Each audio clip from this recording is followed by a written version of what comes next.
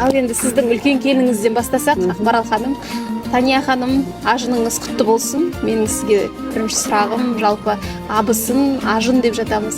Абысын деген кім екен, ажын деген кім екен, ара жігін ажырата аласыз ба? Баршаңызға сәлем, сіздің оқырмандарыңызға, сіздің керемет программаңызға тәнті болып отырмын. Керемет әдемі болып киініп келген екенсіз, кимешек қатты жарасып тұр өзіңізге. Ал енді сіздің келініңіздің сұрағыңызға жауап бере кетейін. Жалпы абысын, ажын деген, абысын деген бұл мысалы екі бауырды алсақ, сол бауырдың үлкен келіні абысын болып келеді. Кіші келіні оған ажын болады. Өте дұрыс. Бірақ ол қазақтың салты ғой. Ал бізде Маңғыстауда көбіне абысын және де оған көбіне жеңеше деп.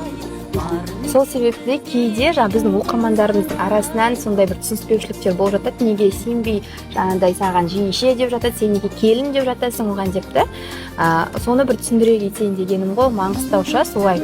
Бірақ барлығын білеміз, түсінеміз, абысын ажын екенімізді бір-біріміз білеміз главное. Бірақ оны біз білмейтін адамдарға жайлап, осы білетін адамдар әдемілеп қалыптастырып өтуіміз керек та.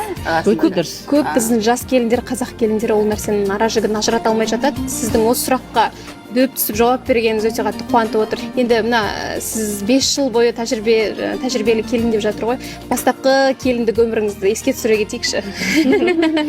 Қанша жасыңызда шаңыраққа келін болып түстіңіз? Алғашқы келін болған күндер қалай өтті? Мен бұл шаңыраққа табынай әулетін келін болғанына 5 жыл, 19 жасымда тұрмысқа шықтым. Жолдасыммен 2 жыл қыз жігіт болып жүріп шықтым. Ол кездері басында енді қорқасың ғой, қалай болады, бірақ та уже маманы сырттай былай білгенін ол кезде көрсетіп, мамам осындай, папам осындай деп айтады.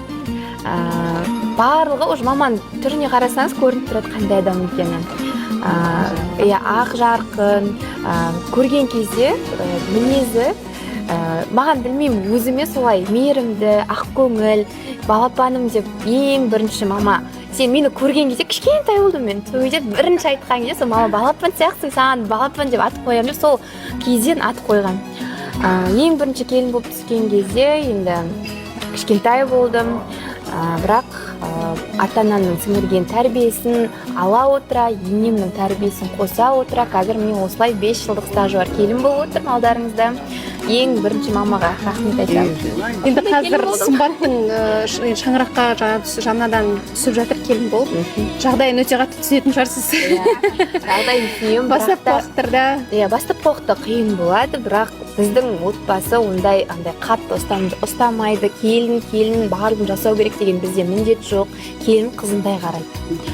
Сондықтан да менің сіңісуіме көмектескен тек қана енем емес, атам да, бауырлары да, қайнапам бар, қайын інім бар, олар да мені өздерінің сол үйдің адамы ұқсап қабылдап кетті. Бауырына басып, мені келінсің деп, кейбір отбасыларда қазір проблема ғой, келінсің деп міндеттеп қоятын. Ал бізде ондай болған жоқ. Сразу мені тек бауырымдай, қайныным менің туған інім сияқты, қайнапам апам сияқты туған. Сол себепті де мен сол үйге сіңісіп кеттім. Қазірде біз Сымбатты келін емес, қызымыздай көріп, қызымыздай бауырымызға басып, келінге емес, қызға айтқандай барлығын түсіндіреміз.